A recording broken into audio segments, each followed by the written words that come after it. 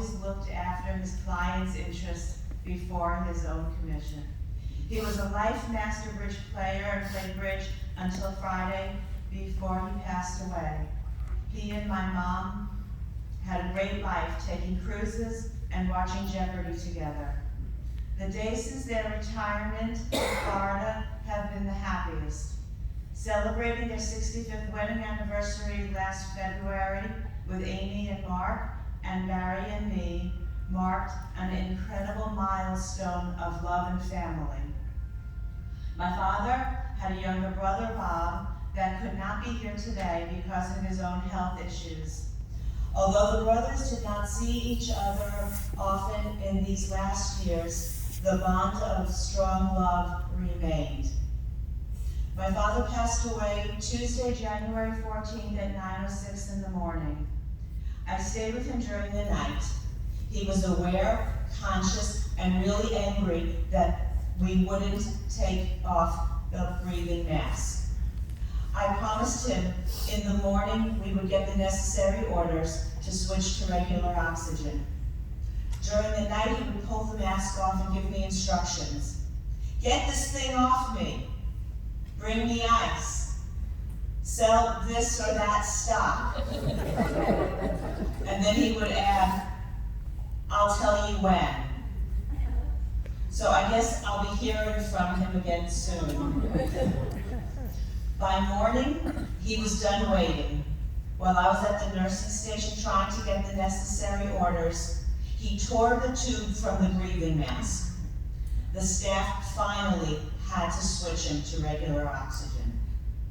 And immediately, and for the first time since he was admitted to the ER the previous morning, he was calm, relaxed, and at peace. His breathing gradually slowed, and while holding his hand, I knew that he had passed from this life to the next. He passed on his own terms and in his own time. He was clear-eyed and strong of spirit, and I had the privilege of being with him.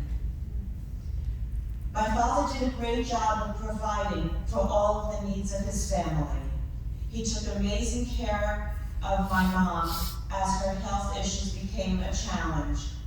And he and my mom raised me and my sister to be responsible, successful adults, strong, engaged members of the community, committed partners to our husbands, caring wives, sisters, and mothers.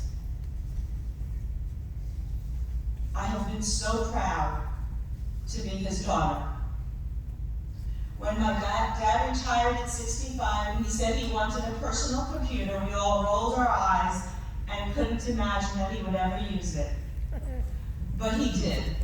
And he routinely beat me at Words with Friends that he played on his Facebook page. At 90, he got an iPhone, and he became a little bit addicted. It annoyed him when he had to stop driving, but our Thursday shopping and errand days almost made up for him having to be dependent on transportation and upon Uber, which he called Uber. One of the best parts of my parents moving to Florida was that I got to hire him to serve as a board member for a committee that I chaired. It was the first job that he had ever had that he wholeheartedly loved. The committee was responsible for the protection of the rights of research participants involved in the testing of research medications. He loved learning about what was on the cutting edge of medicine, and he became fluent in medicalese. He loved the board members, and he would say for the first time in his life, he met a rabbi, and that he could call this rabbi friend. But for me, it gave me the chance to meet my dad as an adult. He never failed to treat me with all of the respect of my position, and I appreciated him through a whole new lens. He would stress the importance of being pragmatic, recognizing the difference between what really matters and what really doesn't. He loved talking business, and I even listened to his advice most of the time. My father would would tell us that he was a genius and that he was never wrong, except of course for the time that he thought he was wrong, but wasn't. So he was wrong in thinking he was wrong. He would say that he knows an inch about everything. His brother, my Uncle Bob, wrote to me saying, I also remember our mom saying, Ed had a huge amount of useless knowledge. I remember as a little girl growing up in Hempstead, Long Island on Cleves Avenue. And when I was a little girl who would sit on the floor and color with me, he was always willing to play games with us. He wanted to play Risk, and yeah, it didn't work out so well for us. And I remember playing solitaire and cribbage with him, which as I wrote the words thinking, how do you play solitaire with someone? but we did. I remember him swimming with us in our above ground pool. He was always happy to drive me and my friends to my friend's house and take us wherever we wanted to go. He later told me that he liked to drive us because we would talk and confide in him along the way.